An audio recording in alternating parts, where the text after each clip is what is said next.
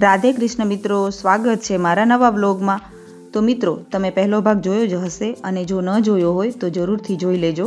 પહેલા ભાગમાં મેં ભાઈની જાન ચડાવવાથી લઈ અને વાજતે ગાજતે જાન તોરણે પહોંચે ત્યાં સુધીની સુંદર સફર બતાવી હતી। હવે આ બીજા ભાગમાં હું તમને ફેરાની વિધિ અને બાકીની જે રીતિઓ છે એ બતાવીશ। સાથે જ એ પણ જોઈશું કે આહિર સમાજમાં લગ્નની વિવિધ વિધિઓ કેવી રીતે કરવામાં આવે છે।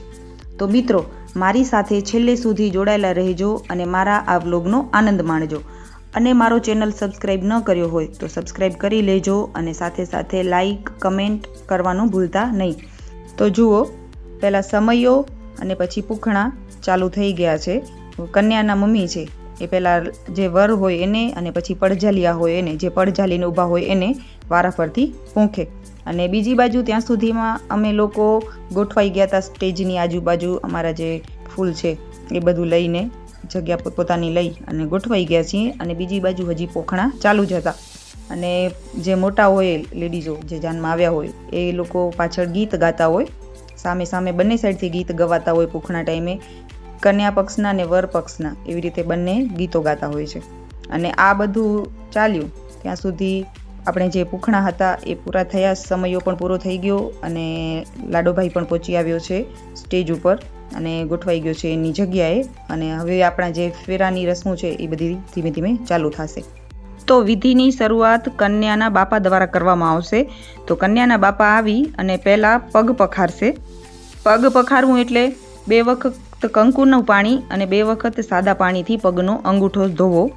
આ વિધિ પતશે એટલે પછી કન્યાના પપ્પા જ એને મીંડોળ બાંધશે। અને એટલે પગ પખારવું, મીંડોળ બાંધવું અને પસલી ભરાવવું, આ ફેરા પહેલાંની 3 વિધિઓ કરવામાં આવે છે। અને જે અમારી પસલી હોય એમાં સાકર મૂકી એના ઉપર સગુનના 100 રૂપિયા મૂકી અને પછી એના ઉપર નાળિયેર મૂકી દેવામાં આવે। તો આવી રીતે પસલી ભરાવવામાં આવે, જે કન્યાના પિતા દ્વારા કરવામાં આવે છે। અને જે આ પસલી ભરાણી એ જ પસલીને પછી વરના જે મમ્મી છે એ વધાવી લે, એના પૂખણા કરે અને પછી જે કંઈ પણ સગુન આપવામાં આવ્યું હોય એ વર પક્ષના લઈ લે। અને અમારામાં આ બહુ સારું છે કે 100 રૂપિયાનું જ સગુન હાલે, હજી વધારે કંઈ આપવું કે કંઈ એવું નથી, બસ 150 આનાથી જ અમારી બધી વિધિઓ થતી હોય છે, જે બહુ સારું કહેવાય। તો જુઓ, મારા કાકી જે છે એ હવે પસલી ભરાઈ ગઈ, એને વધાવી રહ્યા છે। તો ભેગા લાડાભાઈને અને પસલીને પૂંખી વધાવી અને જે સગુનનું કંઈ પણ હતું એ લઈ લીધું। અને બીજી બાજુ જે અમારા ગીતો છે એ તો ચાલુ જ રહે, હરેક રસમમાં હરેક રિવાજમાં અમારા ગીતો બદલતા રહે અને એ પ્રમાણે ગીતો ચાલુ જ રહે।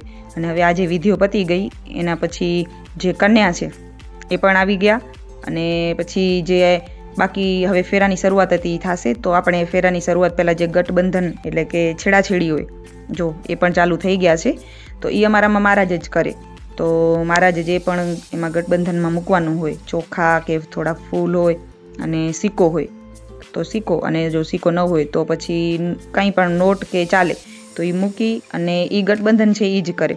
અને છેડાછેડી સાથે જ વર અને કન્યાને એક હજી માળા પણ પહેરાવવામાં આવે, એ પણ અત્યારે જ સાથે પહેરાવી દેશે અને પછી ફેરાની શરૂઆત કરવામાં આવશે। અને ફેરા પહેલાં જે જવતલ હોમવાના હોય એ પણ ચાલુ રહેશે। તો 4 ફેરામાં 4 વખત ભાઈ જવતલ હોમવા આવશે, તો એ પણ જોશું।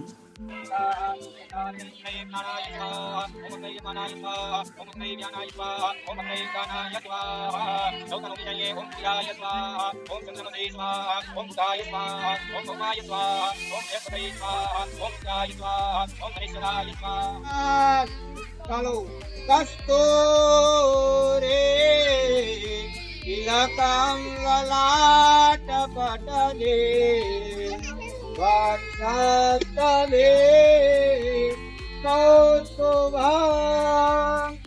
નાસાગ્રે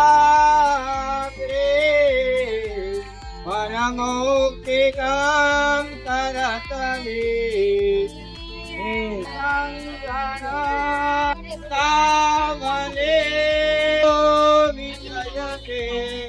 પરંપરા અનુસાર શરૂઆતના 3 ફેરામાં વરરાજા આગળ રહે છે, જે પરિવારની જવાબદારી, કર્તવ્ય અને સંરક્ષણનું પ્રતીક માનવામાં આવે છે। જ્યારે ચોથા ફેરામાં વધુ આગળ રહે છે, જે ગૃહસ્થ જીવનમાં તેના મહત્વપૂર્ણ સ્થાન એટલે કે પ્રેમ અને સમર્પણને દર્શાવે છે।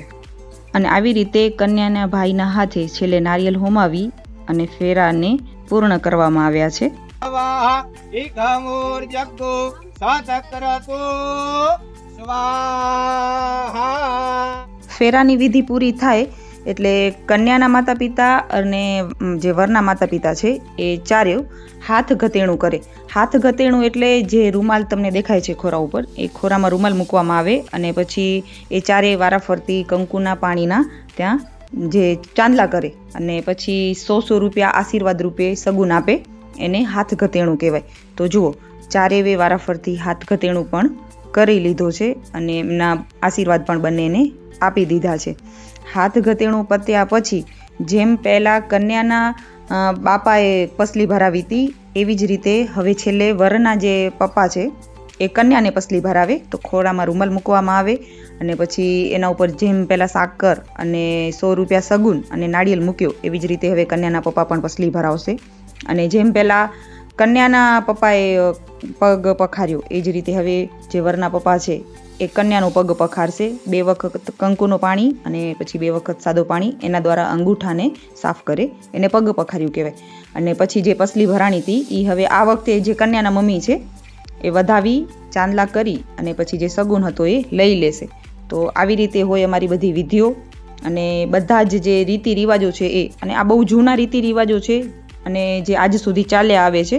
અને પછી છેલ્લે હવે કન્યાની માં અને વરની માં એમ બંને વેવાણો બંને વર કન્યાને પૂંખી લેશે અને જે એમને આશીર્વાદ દેવાના હશે એ આશીર્વાદ પણ આપી દેશે. અને આવી રીતે જે અમારી બધી જ વિધિઓ છે એ અહીંયા પૂરી થશે. પછી મેં જેમ કીધું હતું એમ બંનેની છેડાછેડી ટાઈમે એક માળા પણ પહેરાવવામાં આવે છે. એ માળા પણ અત્યારે હવે કઢાવી લેવામાં આવશે અને એ માળા છે એ કાઢી અને એને પૂંખવામાં આવે અને પૂંખી અને જે વરના મમ્મી છે એને આપી દેવામાં આવે અને એ પછી પહેરી લે. હવે જ્યારે કન્યાને વરાવી લેશે અને પાછા જ્યારે અમે ઘરે આવી જશું ત્યારે પાછા અમારા ઘરે તોરણે જ્યારે જાન પોંખાય ત્યારે એ માળા છાશ ફેરવવામાં આવે ને ત્યારે પહેરાવવામાં આવતી હોય છે. તો પછી ઘરે આવી ગયા, પૂખણા થઈ ગયા, એના પછી અમે માતાજી જઈએ, અમારા જે કુળદેવીનું મંદિર હોય ત્યાં, અને ત્યાં કોડી રમાડવામાં આવે. અને પછી જ્યાં પણ અમારે બીજા દેવસ્થાનો હોય ત્યાં બંને નવદંપતીને અમે દર્શન કરાવીએ. અને છેલ્લે ઘરે આવી ગયા પછી જો આવી રીતે બધા જ ફેમિલીના લેડીઝ એન્ડ જેન્ટ્સ એને 100 રૂપિયા અમે આશીર્વાદ રૂપે આપશું, સગુન આપશું, કેમ કે હવે ભાઈ પરણી ગયો છે અમારો લાડો ભાઈ. અને આવી રીતે અમારા લગ્ન અહીંયા પૂરા થાય છે. તો તમને અમારા લગ્નની વિધિઓ, અમારા જે લગ્નના બધા પ્રસંગો છે એ કેવા લાગ્યા એ તમે મને કમેન્ટમાં કહેજો. અને મારો વ્લોગ તમને કેવો લાગ્યો એ પણ તમે મને કોમેન્ટમાં કહેજો. અને હજી તમે મારું ચેનલ સબસ્ક્રાઈબ ન કર્યો હોય તો પહેલાં સબસ્ક્રાઈબ કરી લેજો મારા આહિર સમાજના આવા જ રીતિ રિવાજો જોવા માટે. અને હા, હજી મારી 2 બહેનોના ફેરા તો બાકી જ છે. તો આગળના વ્લોગમાં હું તમને બતાવીશ મારી 2 બહેનોના જે માંડવા હતા એની બધી વિધિઓ અને એના બધા લગ્નો. ભાઈના લગ્ન તો જોઈ લીધા, બહેનોના હજી બાકી છે.